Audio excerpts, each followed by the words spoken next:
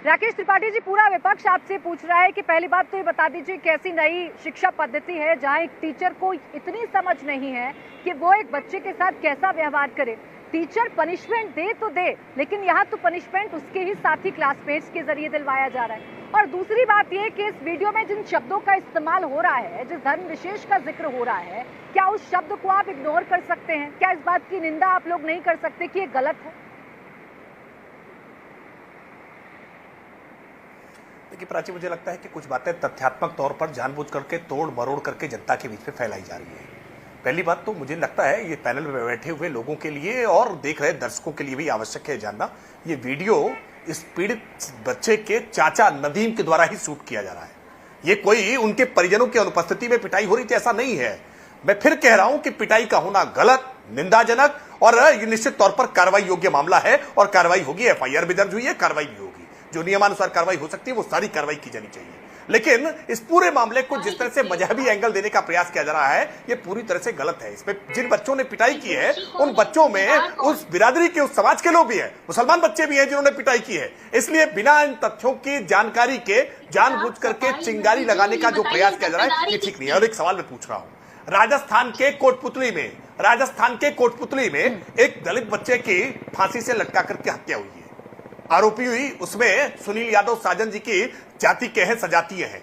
मैं देख रहा था अखिलेश यादव जी का कोई ट्वीट नहीं आया है, राहुल गांधी जी का कोई ट्वीट नहीं आया है। क्यों? क्योंकि पीड़ित वहां पर दलित बिरादरी का है और सरकार राजस्थान में कांग्रेस की है, इसलिए कोई ट्वीट नहीं करेंगे। यानी केवल आपके लिए जैसे ही मामला कहीं पीड़ित मुस्लिम होगा और सरकार भारतीय जनता पार्टी की होगी तो कैसे मजहबी एजेंडा निकाल करके सामने रख दिया जाएगा कि कैसे सांप्रदायिक सद्भाव बिगाड़ दिया जाए दंगे की आग में झोंकने के लिए। एक दो बात है। एक बात जो राजेश गुप्ता जी कह रहे हैं कि पीड़ित परिवार के बयान पर आप इसलिए यकीन नहीं कर सकते कि पीड़ित परिवार की क्या मनोदशा है, ये नहीं पता उनके बेटे के साथ ये व्यवहार हो रहा है। आरोप ये लगा रहे हैं वो कि भाई दबाव हो सकता है पीड़ित परिवार पर, जो इस तरीके का बयान दे रहा है कि इसे धार्मिक एंगल नहीं देना चाहिए। वहीं असदुद्दीन ओवैसी साहब या बाकी विपक्षी नेता ये कह रहे हैं कि बीते कुछ दिनों में जिस तरीके की कार्रवाइयां होती हैं उत्तर प्रदेश में, उसे देखकर सरकार की मंशा पर हम लोग सवाल खड़े कर रहे हैं। पीड़ित परिवार पर किसी प्रकार का कोई दबाव नहीं है, किसी प्रकार का कोई प्रभाव नहीं है।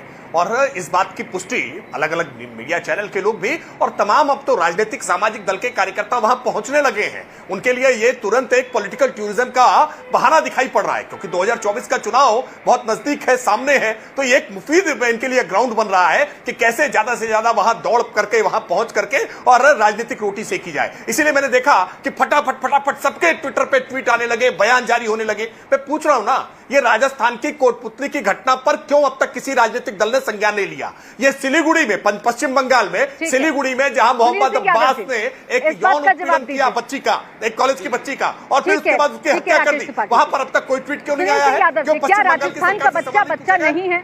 क्या राजस्थान में अगर कोई घटना हुई है तो सुनील सिंह यादव या उनके पार्टी के नेता आवाज नहीं उठाएंगे, सवाल नहीं पूछेंगे? चूंकि उत्तर प्रदेश में आज विपक्ष में आप लोग बैठे हैं, तभी आप सरकार से सवाल करेंगे। देखिए प्राची जी, इस देश के किसी भी कोने में किसी भी बच्चे, महिला, पुरुष या किसी के साथ अगर अन्याय होगा, अत्याचार होगा तो हम आवाज उठाएंगे। और राकेश जी को मालूम होगा, इनकी सरकार में विवेक तिवारी की हत्या हुई, समाजवादी पार्टी ने आवाज उठाई। कानपुर की खुशी दुबे को इनकी सरकार ने कितने साल जेल में रखा, समाजवादी पार्टी ने आवाज उठाई। हाथरस की घटना पर कौन लड़ा? उन्नाव की घटना पर कौन लड़ा?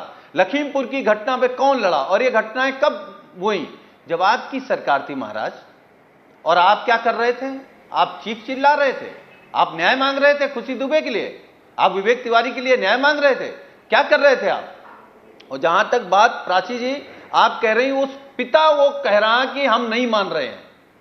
आप मणिपुर की घटना देखिए, वहां के मुख्यमंत्री कह रहे थे कि इस तरीके की सैकड़ों घटनाएं हुई। क्या उस घटना को हमने, आपने या किसी सभ्य समाज ने अच्छा माना है? देखिए, हम राजनीति बाद में कर लेंगे, लेकिन सच को सच कहें। फिर मैं कह रहा हूं, नफरत फैलेगी, सबके घर पहुंचेगी, सबका मणिपुर की घटना पर मुख्यमंत्री का बयान आना, मुख्यमंत्री का वो बयान आना बहुत बहुत दुखद था। निंदनीय था। मुख्यमंत्री पर सवाल खड़े हुए थे कि आखिर मुख्यमंत्री ऐसा बयान कैसे दे सकते हैं। सामने आप जिससे कंपैरिजन कर रहे हैं सुनील सिंह यादव जी, वो कोई राजनीतिक व्यक्ति नहीं है, एक बच्चे का बाप है जिसके बेटे के साथ ये कृत्य हुआ है, और वो सिर्फ ये चाह रहा है कि हिंदू डराया धमकाया नहीं जा सकता है। आप सिर्फ और सिर्फ टीचर को सजा दिलवाइए। अरे आप उत्तर प्रदेश की राजनीति नहीं जान रही, यहाँ किसी को डराया धमकाया जा सकता है, ये बयान असली बयान नहीं होगा। अच्छा किसी हमारा बच्चा अगर पीटेगा, हमारा बच्चा पीटेगा राजस्थान तो का हम आपसे सच नहीं जिक्र बोलेंगे। किया तो आप सीधे लखीमपुर, हाथरस कांड, आपने सारे कांड गिरा दिए, लेकिन आप एक लाइन में, सर एक सेकंड, आप एक लाइन में राजस्थान की घटना को निंदा करते हुए आप निकल गए। मेरा सवाल ये था सर कि जितनी आक्रामकता आपकी यूपी की घटनाओं पर नजर आती है, उतनी बाकी राज्यों में भी नजर आए ना आपकी। बच्चा तो बच्चा है हर प्रदेश का। क्यों नहीं आएगी? अरे बिल्कुल आएगी, हम तो कह रहे हैं, आपके कार्यक्रम में कह रहे हैं। इनसे जरा कहलवा लीजिए विवेक तिवारी की हत्या पर, इनसे खुशी दुबे की हत्या पर कहलवा लीजिए, इनसे कहलवा लीजिए कि किसान को जिसने हाथ से कुचल दिया वो आज मंत्री है। इनसे पूछिए जो तिरंगे के लिए लड़कियां खेली हैं, इनका सांसद है। अरे क्या चरित्र है इनका? ये केवल छोटा सा जवाब राकेश त्रिपाठी जी इस बात पर दे दीजिए। वो तो निंदा कर रहे हैं, ट्वीट नहीं कर रहे, लेकिन बैठकर यहाँ पर सुनील सिंह यादव जी निंदा तो कर रहे हैं और कह रहे हैं आप में है इतनी हिम्मत कि आप निंदा करते हैं अपने प्रदेश में हुई इन तमाम घटनाओं की। हाँ, ये पहली लाइन में पहले शब्द में ही मैंने कहा कि ये घटना नहीं घटनी चाहिए थी, ये घटना निंदाजनक है और इस घटना पर कठोरता से कार्रवाई होगी। आपने उत्तर प्रदेश के उप मुख्यमंत्री ब्रजेश पाठक का बयान सबसे पहले चलाया ही है।